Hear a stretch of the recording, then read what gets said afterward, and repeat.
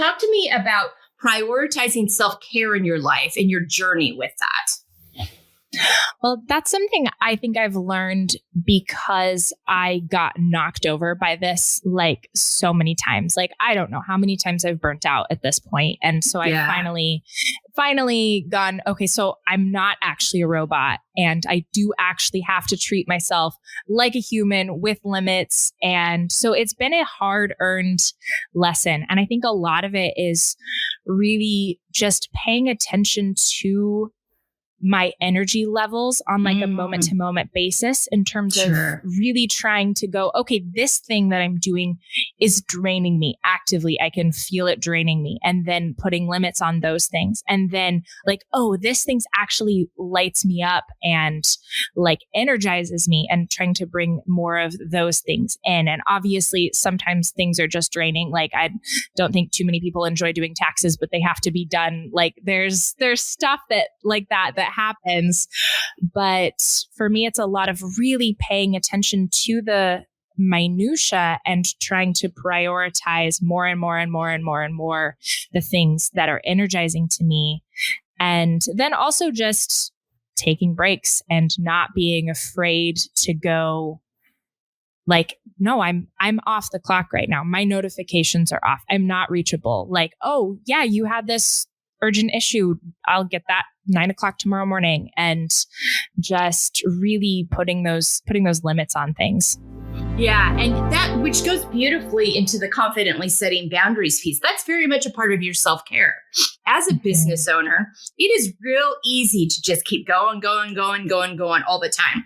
And you have to be really mindful about protecting your space and your time, because you could easily go 24/7 if you aren't intentional about that. Talk to me about your process in that. Is that something you had to learn as you went through it, or is that something you had a pretty good grasp on early on? So I feel like it's something I had a good grasp on, and then I lost, and then I had to re-find. So I feel like when I was younger, I had a very clear sense of balance and rest and play and a lot of this stuff that's so important to us as human beings. And then I entered the workforce, and I have driven in there in that thing. I'm very driven. I want to win. I'm competitive. I want to be on top. And so then I think as I really started to run my own business and do some of these things, I thought, okay, I have to just go all the time, and then hit a few burnouts. And now my process is making sure that I have clear business hours. And actually, I love flexibility. So that changes. Sometimes I'll take a day off and work in the evenings. Sometimes I'll work really early mornings and I won't pay attention. Sometimes it's 9 to 5 for a while.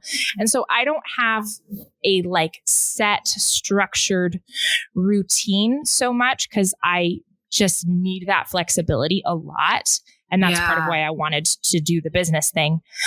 So it's like a process of paying attention and tuning into my body and tuning into my emotions and taking time to, like, I try to meditate at least multiple times a week, ideally every day, but to really center in and then just flex with things. So I don't know if that quite answers your question, because it's very flexible for me in terms of what I'm doing to sort of fill those tanks. It's just a lot of intentionality and paying really close attention. Well, I think you did answer the question, and I think you set it up really beautifully, is that we all have to find what works for us. You have found for you that flexibility, and especially with, you got 2 little ones, that you're managing time with as well. And so, and working around, what works for Ben when you're doing these things. I mean, there's all kinds of factors that come into play. So it calls for that flexibility, but you're not just being flexible. You're listening to your body. You're paying attention to what it's telling you and responding accordingly. And that does set up and you can trust yourself with that. That doesn't work for everyone. Some people need more structure. That works for you, and it works for you and your wellness. It works for you mentally, emotionally, all those spaces. So you have done you've created a setup for yourself where you're tending to your self-care and healthy boundaries as you're going through your day, as you're doing your work, as you're, showing up for your family, all those yourself, talking about taking those times to meditate and have that space for yourself. And I think it's so important that women who are balancing the balls, that you understand that this can be done. So what would you, so if you're talking to a woman, she's like, I can't do this. I don't have time. I don't have time for myself. What would you say to her in that space? I would say that when you can come to all of your responsibilities from a place of having enough rest, having enough time to yourself, having the self-care, that you can accomplish so much more, so much faster, so much calmer, so much clear-headed. And then you end up making more time that way. Whereas tasks expand to the time you give them. So if you shorten the amount of time that you're giving something, you'll find a way to get it done in there. Yeah. And if you're prioritizing the self-care first, then you'll have the energy to bring into that. You'll get it done faster. You'll get it done better. And then you'll have more energy on the back end. When I get in that hamster wheel where I just feel like I have to go all the time, everything takes longer. Nothing is getting done as well as it could. And so then I have less time. So you kind of have to make the hard stop and prioritize the self-care first when it doesn't make sense. And then that will actually be the thing that creates the time so that it does make sense again.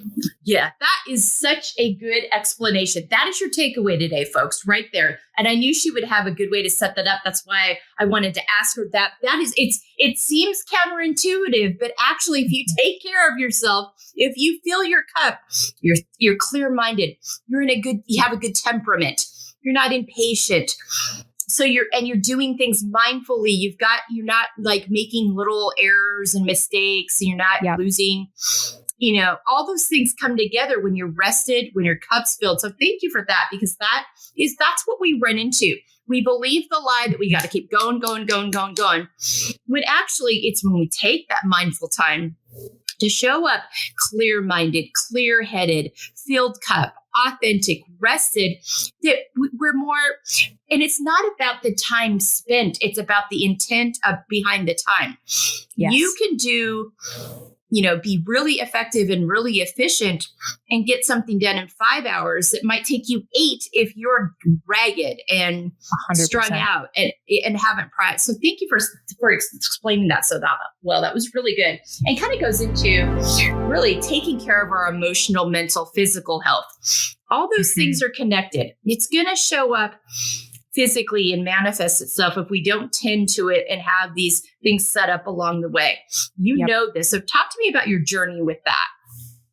Well, I have a very sensitive body, nervous system, all of that. And so I have to be very mindful of this. I have some chronic illnesses that flare up if I'm not very mindfully tending to all of this. And when I get into that rat race, my whole body will start to hurt. Yeah. And so I have some built-in, very clear warning signals that are just in there that sometimes I still try to not pay attention to because I'm trying to win. But I think that could be for better or for worse. The competitive nature can get to it, knock us out sometimes. I know. I have to balance it. It's such a strength, but your strengths, you take them too far and they'll come for you. Yeah, they will. But I think for me, it's having sort of pillars of things that I know I need to have going on, like exercise. Again, like I said, I like to be very flexible. So what that exercise is tends to change for me a lot. So sometimes I'm running, like I'll be training for a race or something like that. Or sometimes I'm doing yoga. Sometimes it's just walking, but I try to make sure that in any given week, I have quite a bit of exercise going on. And that really is a double-edged sword for me for both the mental health and the physical health. Because my mental health too, I have to tend to very carefully or it gets very out of whack very fast. So the exercise is so huge for that. And it can be like low impact and not a ton of time. Sometimes I'm lifting weights, sometimes it varies a lot, but I need to be exercising on a regular basis. Otherwise my brain and my body just go haywire and stuff doesn't go well. So I have things like that I almost like checkpoints that I look at throughout the week of like, okay, this week, did I exercise? Did I eat foods that were nourishing? Like, I'm not a diet person. I'm not going to go on like some crazy weight loss diet or some whatever. I've had to do some like elimination diets for my health and stuff, but I try to mostly come at my eating from a place of like, what can I add in that's going to give my body what it needs? And occasionally I have to cut stuff out, but I try to go like, am I giving my body what it needs? And right now I have been eating just like tons of Indian food because I think my body's been craving those spices. And so again, it's just paying attention and focusing on those because it shifts. Our bodies need different things in different time periods. And so I try to not just go like, this is the way I eat and I have to keep it like that. But going like, what do I need this week? Yeah. And you did such a great job of like talking about how all those things are connected, how we feel our bodies, how we move our bodies. All those things impact our mental and emotional health. So many times the exercise is the time to kind of clear the space, clear out the anxiety, clear out the angst, open up, some of my greatest ideas will come in the middle of a workout because I've cleared the space. And so I always I'm mindful of keeping something close by that I can write things out. I don't want to forget that. So thank you for that explanation. And that just again, listen to our bodies. We have been told as women since the beginning of time, don't trust your body. Your body can't be trusted. And it's not true. It's actually not true. Your body is there to help you and to inform you. And you've given some great examples of that. So thank you for that. So good. How we can support ourselves and other women in living unapologetically. You show up unapologetically very well. Even within that, you have still run into roadblocks where in the business world, where they're literally asked to speak to Ben instead of you. And you've had to navigate that space. So talk to me about that unapologetic piece, supporting other women in doing that, and just your journey in that and that experience and how you navigate these spaces. I love that question. It's such a big one. Where do I start? I love this because I love the word unapologetically, because if there's anything that we have been taught to do as women, it is apologize for everything all the time. For everyone all over the world. For everyone, somebody runs into you. Oh, I'm sorry. It's so hardwired. And so I think for me, a lot of living unapologetically has been I'm very introspective and analytical. And so I love to dig into myself and who I am and almost research my own self. And that really helps me. When I can put a name to something, it's easier for me to live it out. Even personality tests and some of that kind of stuff sometimes will help me put language to something I already know about myself, but didn't have the words for. And then it's that light bulb moment of this thing. And then living it out becomes so much easier because when I have language for it, I don't know if it's a safety thing in my own head. If I feel like I need to explain it to somebody, I can.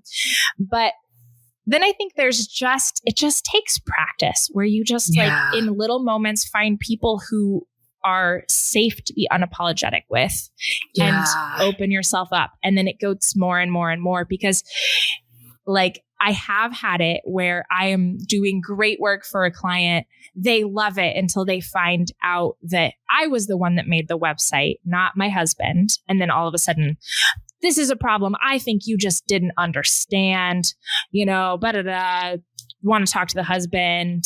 And so in those moments, you have to have the practice of doing it with the safe people around you or it'll crush you. Yeah. And I think, I feel like I'm going to a whole nother level of working on living unapologetically in that there's so much like, almost like good weirdness in me that I'm like just starting to like open up to the world and let my like nerdy weird side out because there is so much fear that it's like if I'm actually my unique full like aggressive strange silly weird self, how are people going to react? How are they going to do that? But it's been my experience in the times when I have done that the more I can be myself, the more it draws the right people who actually love that to me. Yeah. And when I'm trying to fit into like somebody else's box, I have these like really shallow friendships that just break down as soon as you start to go deep because you didn't attract the right people because you weren't putting out the right vibe. Yeah. That's so we do attract like what we put out, how we show up does attract the people in that way. And also we teach people how to treat us. I've talked about that before, without even realizing it. And when it's so important to be surrounded with those people so that when you are faced with those questions, you're in the tech side of things and tech is still very male dominated. It's still, there's more and more spaces. Women are breaking in more and more. STEM has really changed things. There's a lot of STEM programs out there for girls, geared towards girls and women, but it's still evolving. It's not there yet. And so you're continually, showing up as your authentic self with safe people, with the support systems, reminding you, yes, I can do this and I am capable and I don't need to be mansplained about this area, but also having a supportive partner that is as big a fan of you as you are of yourself in that space as well is so important. And when you do that, when you show up that way, it invites other women to as well. I think that matters too. You guys, you've started your own podcast. You're having really important conversations on these. It just puts out there that, hey, I am an ally for you. I want to support you as a woman. Let's do this together unapologetically and and as our full authentic selves. And so thank you for that. And it matters. And you are good about speaking up. And I'm so excited that you guys started. I was looking at the podcast and the topics you're discussing. And have you noticed, you live in the DR now. Yes. And you've lived internationally as a kid. And so tell me how that is as a woman internationally versus back in the United States, because you've done both. And you guys, you were back in the States and made the conscious decision, must have been 3-4 years ago now, to go Almost back. 3, to go back international. So talk to me about that as a woman and navigating that. Yeah, it's interesting here. So I love it here, but it's also a little bit like backing up in the States about 20 years. And in some ways that's really nice, where I've got like the kids all play in the streets till the streetlights come on. And just like some of that stuff that's just very like idealistic. Sometimes it feels like we're living in a 90s sitcom in like the best ways. But that also means taking a step back in a lot of ideologies. And so I think it's caused me to be even more intentional about some of this stuff because I have to model it for my kids because they're not going to get it from the area that we're in. Because I have people tell so I've got a 5-year-old girl and a 2-year-old boy. And my little girl is fiery and driven and strong opinions. And my little boy is so gentle and sensitive. And so they already don't fit the stereotypes. And I am like, I'm going to protect this at all cost in both of them. Yes. And I know that a lot of that is me modeling being my authentic self for them, but also having these conversations because I will have somebody like my literal baby will be crying and some man will walk past and be like, men don't cry. And I have to either sometimes we'll call the person out on it and be like, humans cry. And so yes, men cry. And sometimes it's just me like taking my little boy in my arms and whispering into his ears of like, yes, men cry, people cry. It's okay to cry. Yeah. And so I have to have that like really kind of iron backbone in some of my values because it is very countercultural here, even more so than in the States. Wow. But I like, I'm not here to try to like change this culture and push my like white American ideals on the Dominican Republic. But I do need to make sure that the messages that my kids are getting from me are in alignment and they're not getting their spirits crushed by some of these things that are changing here, but haven't changed yet. Yeah. Yeah. And we're still working on it in the States too. 100%. I mean, it's just, so it's just a matter of it. So thank you for that. That's so good. And that really goes nicely into coming back to your why in your values and everything you do. You just stated it. You're like, despite wherever I'm living, I have to be conscious of what my values are, what our family values are, what I care about, how I want my kids to feel safe. I want them to feel safe being their authentic selves. I can impact that, especially when you're younger and you've got them close more so that by the time they go out in the world, you don't have as much time with them during the day. That's set. That foundation is laid. And you've set that up. But so talk to me about that because do you think it's helped you that you lived international as a kid in like, okay, these are our values. This is our foundation, regardless of where we are. This is what we believe and what we will, set up our boundaries, our expectations and our life by. I think just seeing a lot of different cultures, inside of the States, outside of the States, different countries, different languages is one of the most helpful things you can do for your perspective as a human. Yeah. Because I think it's so easy to get caught in the like everybody thinks just like me bubble. For sure. Yeah, that's what gets us in trouble. Yes. And we need that diversity of thought and culture. That we need it so badly.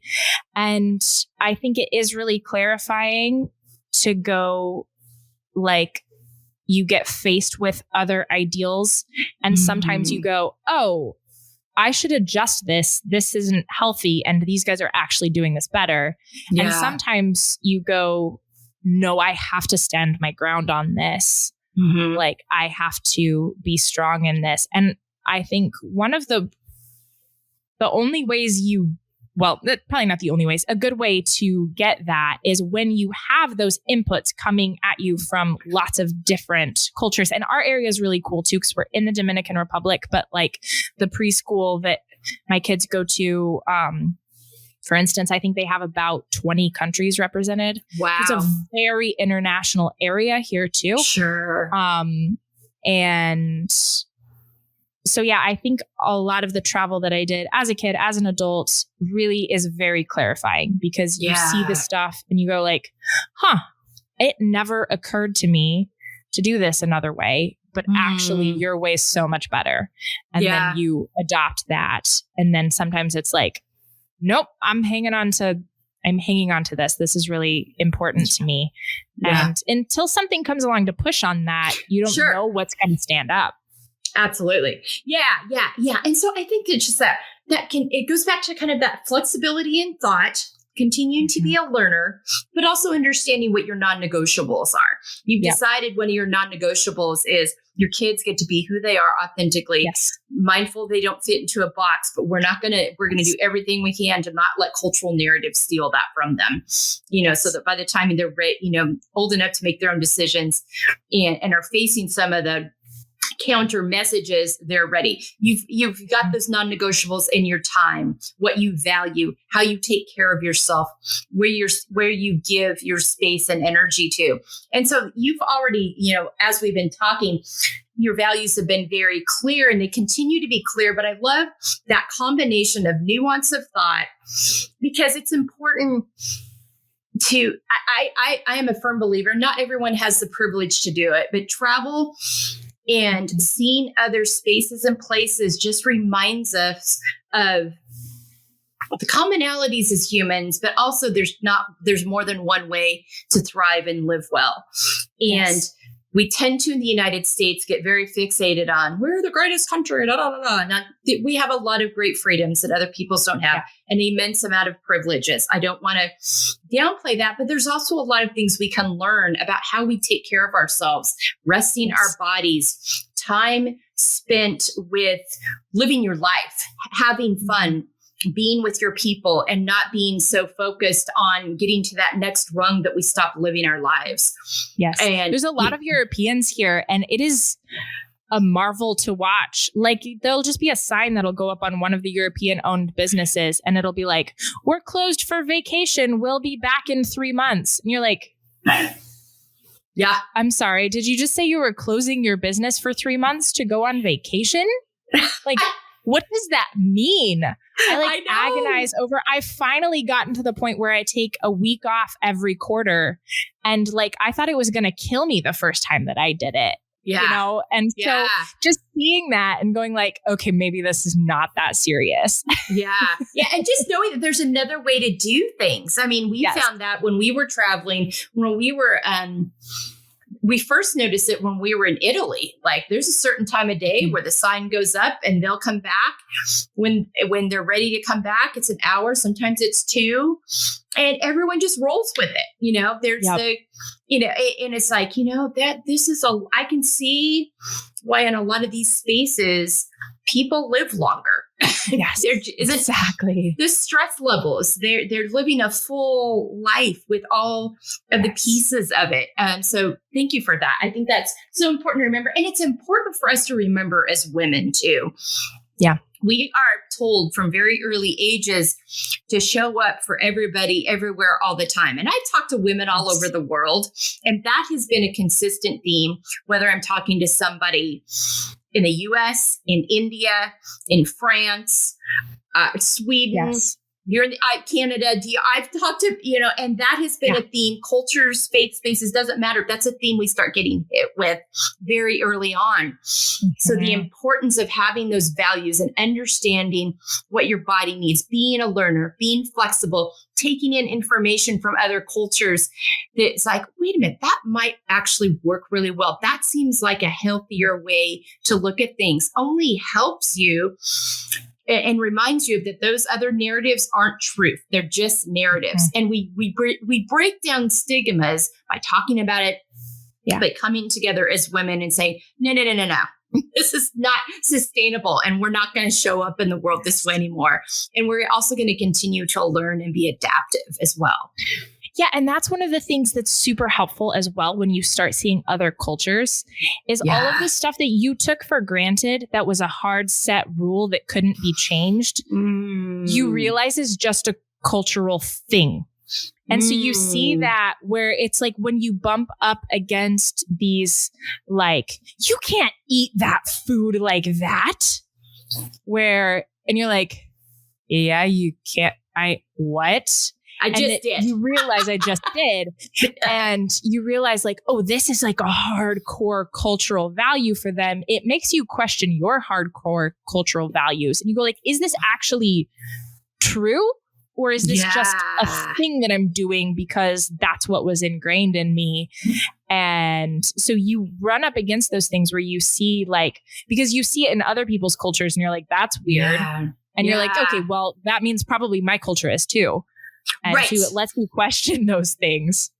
Yeah. And I think you said something important too. It's like, you think if that's weird, I'm like, well, they think what we do is weird. And so it also takes away the like, we try to make so many things right, wrong, black, white, and it's just not, it's so much more nuanced and gray. And there's multiple ways to do things and show up in the world in a way that's authentic and restful and well for us.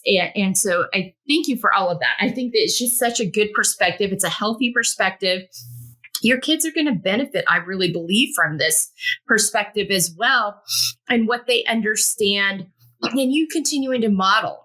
You know, your daughter's going to know it's good and completely acceptable to be a strong woman. Your son's going to understand being gentle, being kind, being empathetic is a beautiful thing in humans, boys, girls, however you show up in the world. So love that. Thank you so much. And it's good for them. They get to see a strong woman in you. They get to see a partnership with mom and dad. You know, I think all those things matter on what we model, because we can say all the things in the world, but if we're not modeling it and how we live, you know, we know how that goes. So thank you for sharing. And that's the thing that pulls me out of it if I'm trying to like run myself into the ground and be the hero who does every single task and burns myself out and da-da-da-da-da. And when it gets hard to pull myself out of that conditioning, I go like, do I want my daughter to watch me do this so that she thinks that when she is a mom and a wife, if she chooses to be a mom and a wife, or in whatever roles she chooses, like she's going to think that that's what she has to do if that's what she sees her mom does. And I go like, no, I have to take care of myself because I don't want her to do this. Right. Like, I care enough about her for her not to do this, which means I need to care enough about me that I'm not doing this. Exactly. And I don't want my son, you know, if he marries a woman when he gets older, to think that that's what his wife should be doing as well. You know, I want him to see that partnership. And if I'm not allowing that partnership because I have demanded to do everything, then they're not going to see that. Like bedtime was burning me out and I was hating it. And the kids were so attached to me doing bedtime, and we switched it. And now my husband does bedtime. The kids didn't even notice. They're happier. They're going to bed easier. I'm feeling so much better about my life. And I had built it up to it was going to be this huge problem. And so we couldn't do anything, and we just switched. And it was no big deal. Yeah. And, you know, those aren't the things they're going to be in therapy about. You know, I think we have to like, give ourselves a break in what we feel like is so important versus they just need a healthy parent showing up for them, and one that's got good energy, because they sense that in us too. Yes. And, you know, so that, you know, making that switch is like, you know what?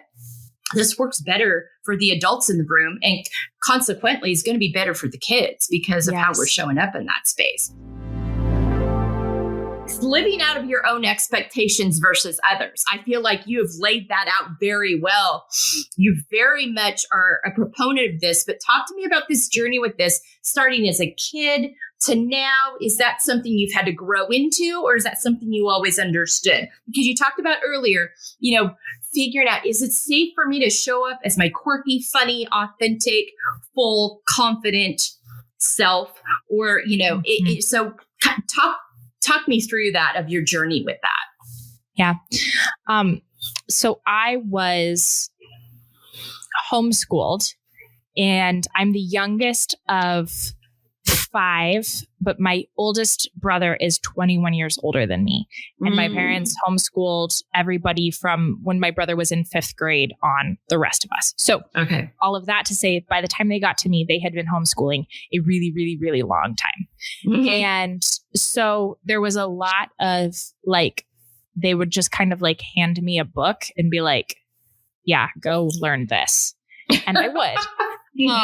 And so my childhood was very self-directed. And I think that's a great thing, where I had a ton of freedom in how I spent my time as a kid. And it was all overseen by my parents, but I have I'm extremely curious. I love to learn. So I had no problem just like diving in and doing that stuff. But I think because I had a lot of freedom in how I set my schedule, how I spent my time, how much school I did in a day, when I took breaks, etc. It built a pretty strong foundation of me being able to live out of my own expectations. Because I have been doing it since I was very small. Yeah. And so I think that's something that I have kind of always had. And I went to a ministry school when I was college age that was like quite a bit more structured. And they were constantly telling us like, this is the most freedom you've ever had in your life. And I was always like, this is the least freedom I have ever experienced. And it is driving me crazy. Yeah. So I have that very, very strong. And I think a lot of that comes from my upbringing, but it's served me really well. I haven't had to decondition that part of myself like I have in a lot of other areas. Like a lot of my confidence has been really hard fought, but my like, I do what I want thing has just kind of always been there. Yeah. And so it's been that one kind of came in from the beginning. That's such a gift. I mean, that's just a gift that most of us don't get growing up, and the uniqueness of that. Going to the confidence thing, do you think that was just because you were in space, being homeschooled in spaces, lots of siblings, but not necessarily in more public spaces? I don't know. Does that have something to do with it? Or do you think that's just a personality thing, environment? How would you describe that? Because you're very confident now. Mm-hmm. So you've grown into that. So even talk to me, I guess, about your expectation of yourself and growing into being that confident where you are now. Yeah. Well, I was a very confident kid. And then when I hit middle school and high school, I went through a lot of pretty severe religious abuse. And the church we were in was pretty much just a cult. Yeah. And so a lot of the adults in my life that weren't my parents, a lot of the adults in my life were just horribly emotionally, spiritually abusive. And so that time period just killed my confidence. And so then when I became an adult and then went to therapy and practiced and learned boundaries and all of this stuff that I really had just stripped from me, it was very much a hard fought journey. And I do think it's something that I had as a kid. I was a very confident kid. I hear stories of myself as a kid, and like that audacity that I have since found, I had then, but it, and growing up as a young woman in an evangelical space, there's not room for strong, confident women in that space. No, they want to keep you in very much behave yourself, make good choices, mind what you wear, because, we don't want to, tempt the boys to stumble. God forbid they be taught to be accountable for themselves. But yeah, I understand that very well. It's not like Jesus said, gouge your own eye out if it caused you to stumble. No. It's the girl's fault. Yeah, exactly. That. Oh my gosh, that's such a good example. Yeah, it's so interesting what humans have done they've taken just these parts and made them into a very man-made thing, but they teach it as being from God.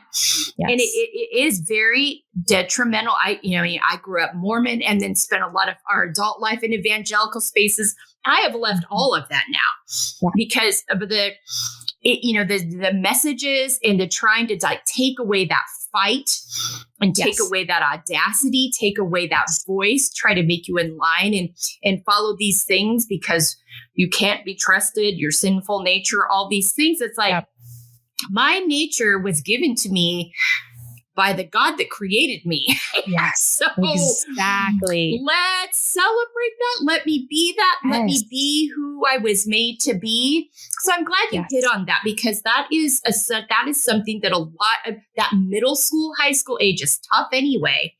And then when you're in all these spaces, hearing all these narratives about all these things you're responsible for and all these things you can and can't do, per se, under the guise of not being holy, not being godly, all these things, when actually you're like, wait a minute, that's the stuff that's the problem. You stopped celebrating me. You stopped accepting me for who I was created to be. You're the one that got in my way.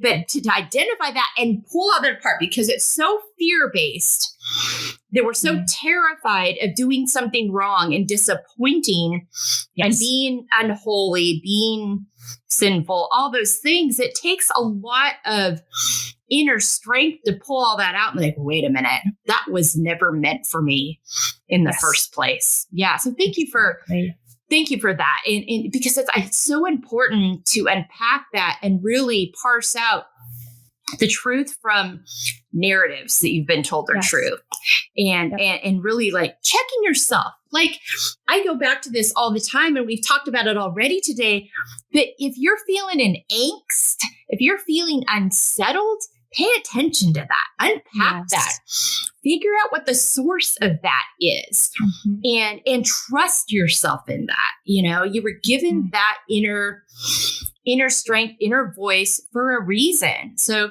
thank you for that. And how you've been able to I understand. I remember very clearly, I was a pretty like carefree, silly, no fear kiddo until I was about 4 years old. And then that's when the narrative started hitting from the spaces I was in. And it's taken me, I'm 54 now, and it's taken me all these years to remember, hold on, this spirit was in me. Yes. From the get-go. I just had to get back to it and believe her again, and allow her voice to come through again. And so that inner child work too is really important, and being able to go, being able to go back and bring her back to life. And I think that's, so powerful. So thank you for start like immature, but right. Yeah. Like that person that we start out as really is us. That's the divine created person that we were meant to be. And there's so much that happens in our life, and going back to that in a mature way, I feel like is so often the goal, where it's like, oh, I was this as a kid. Okay, let me go find this again. Yeah. And I think that's, that inner child work is really important for that, because those wounds that happen when we're little, they just keep playing themselves out until, that little kid that needed a hug finally gets a hug, Yeah. 100%. And that's why I want to go back to what you're doing with your kids now is so important, because it sets that stage, that foundation, and you're aware, you've learned from those things, too. So there's so much power from that, which goes nicely into, accepting the layered aspects of ourselves. You have to go back and like kind of unpack all those things and be like, all right, this wasn't outstanding. I see where this came from. I understand why this decision happened, this thing happened, being rooted in that, and also being like, but I'm releasing that now. It doesn't serve me. And so we're going to move forward from that. But it's a process, because when we first start this, we're so taught to fear that it's easy to go to a shame space rather than a kind of a neutral stance, acceptance space. So talk to me about your layers journey. Yeah, I think finding that acceptance of even having layers, I think is kind of the starting place, because I think even in the media the pictures that we see of women, are often not layered. They're very one note. Either she's the strong badass who can roll with the boys, or she's the innocent, childlike, playful one, or she's the manic pixie dream girl, or she's, there's like these character tropes. And you don't often see in our media the women who, like, we all have all of those pieces in us. We have a badass side. We have an innocent side. We have a playful side. We have a serious side. And I think a lot of times we're expected to choose one and stay with that. Yeah. And stay in your lane. We very much need a stay in your lane message early on. Yes. Yeah. And so even just accepting, I have layers. I am playful and I'm serious. I am badass and I'm childlike.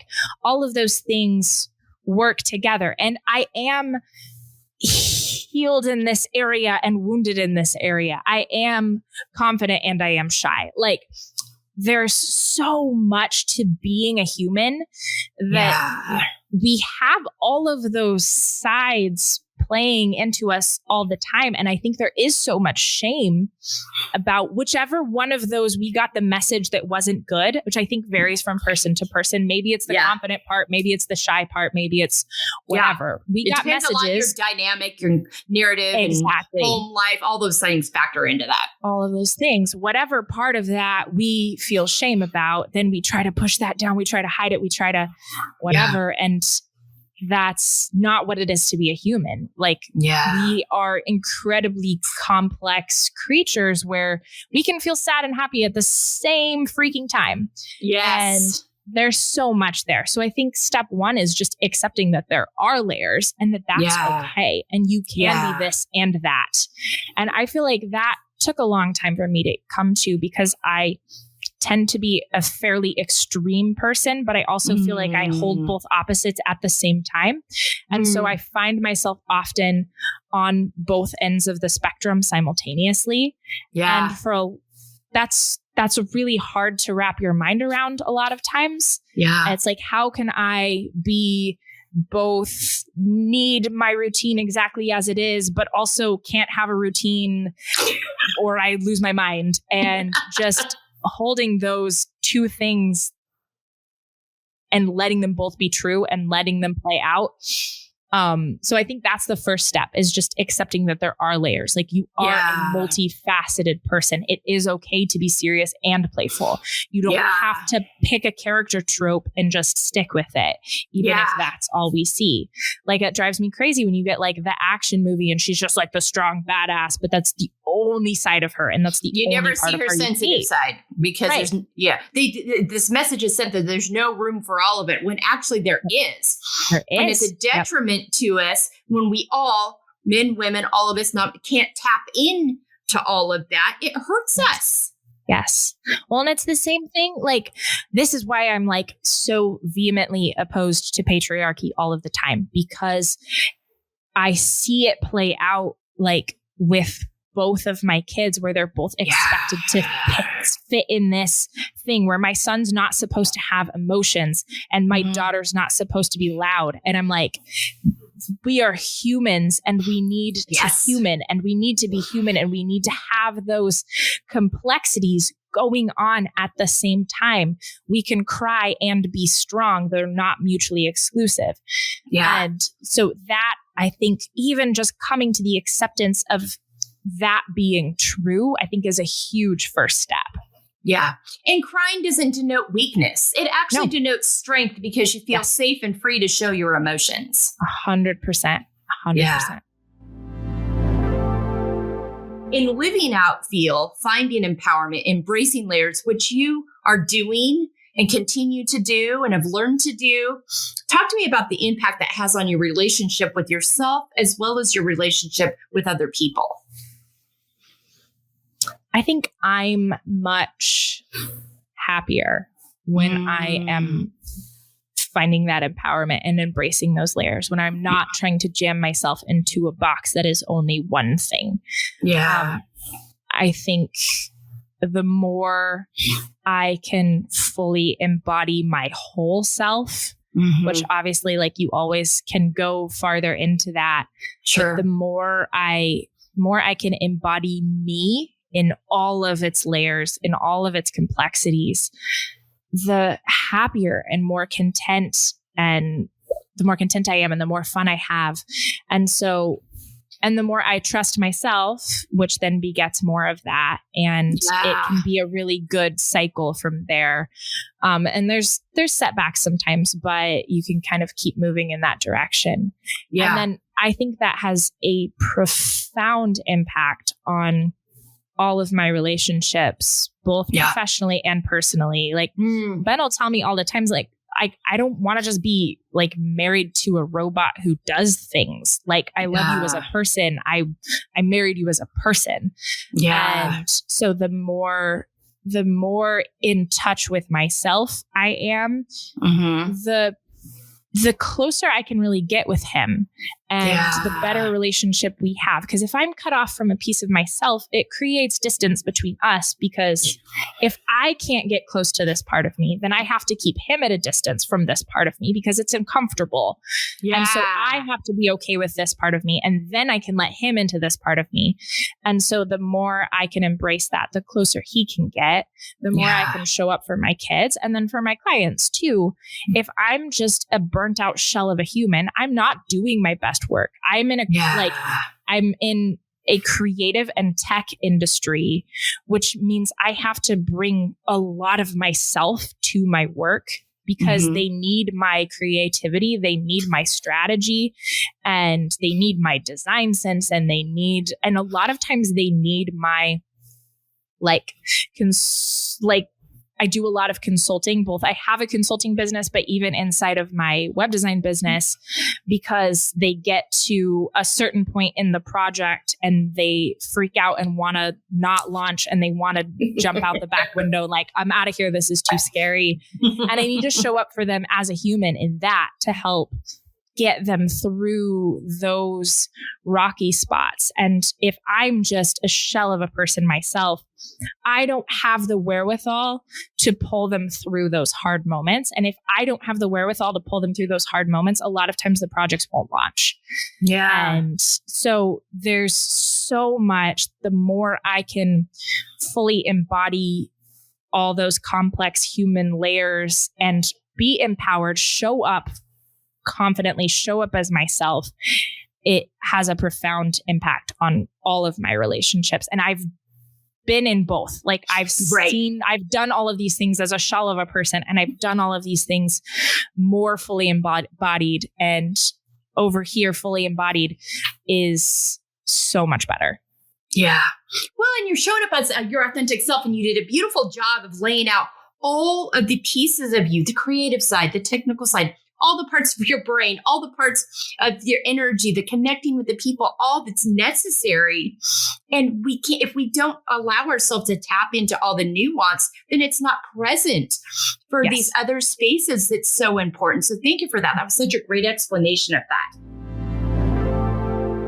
We are down to our rapid fire, and then I'm going to give you a few moments to share about all the ways people can learn about you, work with you if they're interested, listen to your podcast, get consulting, all those kinds of things. All of that will also be on our resources page at embracinglayers.com when the episode drops. So don't worry, listeners, you're going to be able to hear all about that and find all of that there. If you're driving down the road, don't need to pull over. But before we do that, tell me 5 activities that nourish you.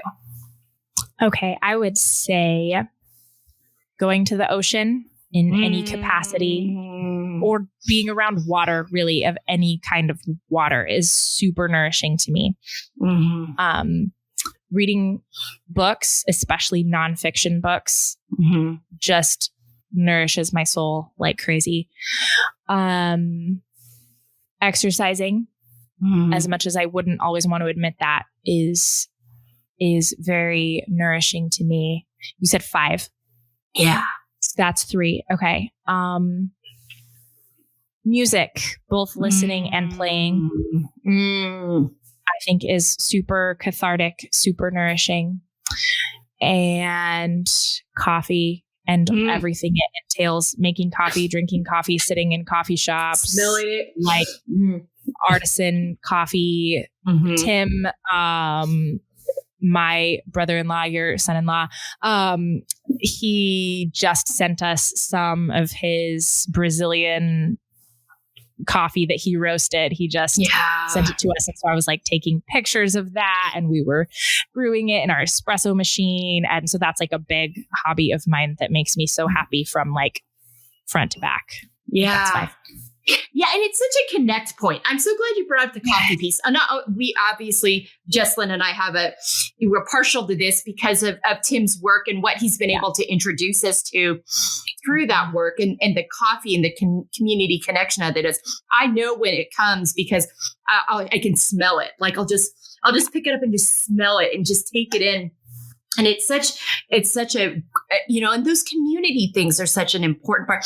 If you really get a great job of enjoying the process of it, not just consuming, but enjoying the moments within it. And I think so much time, if we can just slow down long enough to take in the full experience of things, how much of a connector it can be is such a strong connector. Courtney's capstone project, my youngest daughter's capstone project, is all about that. She's taking a theme that she grew up with grandmothers making jam and her getting to go pick the berries and make the jam with them into this whole like multicultural connection of memories and experiences. And she's doing her whole graphic design capstone around creating these things. And those things are powerful. And that's part of living a life. Those are the things we're going to remember when we're 80. When we're, those are the things, even looking back as an adult, you can think about, get connected to those things that nourish you, that bring back those memories, those people, those processes. So I went on a little bit of a tangent there, but I think it's such an important part of being fully human. Well, and I think I'm gonna throw in a bonus sixth, because this should have been in there, is deep conversations. Like that's probably a huge one for me.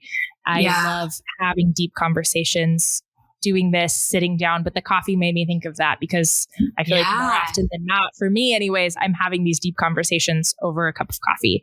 And me too. So, you and I, the whole time I've been sitting here with my mug. Yeah. All right. Thank you for that. So good. So good. Thank you. All right. 5 words on how you want to feel the next 6 months. Okay. So I would say embodied, like we've been talking about. That's something I'm very much like leaning into right now. Aligned, abundant, joyful, and connected. Good. Oh, thank you. So good. I love those. All right, Jecelyn, tell people about how they can learn more about Thrive, the podcast, consulting, any socials. Talk about all of that. Okay. So I've got a few different things going on. So I've got my web design and marketing company where we do for small businesses who are service-based. So anything that's like coaching or like a printing company or anything that's service-based. We do web design, video production, graphic design, sales funnels, marketing, like the whole gamut of stuff for small businesses. So if you have a small business and you're looking for something like that, I would love to talk with you. That's thrivehd.com. So you can find all the info there, find out where to get in touch with me. Been doing that a really long time, and we would love to help you out with that. So if you've got a business, that's for you. And then on the other side, I have a company called Barefoot Business, which is a consulting and education company for women in business. And it's really focused on helping women find their audacity and take back their power and lean into their freedom. And so that is, we touched on it. Being a woman in business is really freaking hard. And you hit a lot of roadblocks that the men in business don't. Yeah. And so a lot of the education about business is coming from men. And it's not that it's not for women, and it's not that it won't be helpful, but there's just a lot of missing pieces that they don't even realize what you're facing. Yeah. And so I saw a gap there where I'm like, because I had to figure it out all by myself. And I would go ask for help from some of my friends who were men in business, and all of their unconscious biases would come through, and they would tell me, maybe you should just be a second in command. Maybe you should hand the business back to your husband. Maybe you should, why is that even a problem for you? I don't understand why you're struggling. Just go about it. And so I just hit these over and over and over again. And I finally went I'm not going to let this keep happening for all the other women coming behind me. Yeah. And so I started this. So I do, one-on-one consulting, and probably down the road we'll have some group consulting projects and stuff like that as well. And that's what the podcast is through. So the podcast is called the Barefoot Business Podcast. And it's me and other women in business talking about our experience, talking about what we've learned. And so there's a lot of good education there. So that you can find all the info for that at wearebarefootbusiness.com. And so that'll have everything I've got going on there. You can see I've got educational resources. I have meditations on there for rewiring your mindset, because there's much mindset work that we have to do as women to be able to just be okay with being successful, be okay with and not apologizing. Folks, this is the living unapologetically piece. And this is a prime example of how Jecelyn is showing up for women living unapologetically. This is it right here. This is I love this so much. I love that you're doing it. And that is a big, big takeaway from this. We need more of this happening. This is how we change narratives. This is how we lift each other as we rise. This is how we make sure there's more than one of us in a boardroom having these conversations, all of that. So didn't mean to interrupt, but I love so much that you're doing this. I love this. It takes so much audacity to be a woman in business, and the men already have the audacity. They do. It's because they've been told from early on. They're filled with it. We have to go find it for ourselves. Yes. And you need that to be successful, because even just normal stuff seems audacious when a woman is doing it. Yes. And so you have to have that in you where you are so okay with having the audacity. What gave you the audacity? I gave me the audacity, and I'm here. Yeah. And so that's, and I'm bringing others with me. And I'm bringing others with me 100%, 100%, because there is room for all of us. Even if you are doing the same thing as me, you're going to do it different. You're going to do it for different people.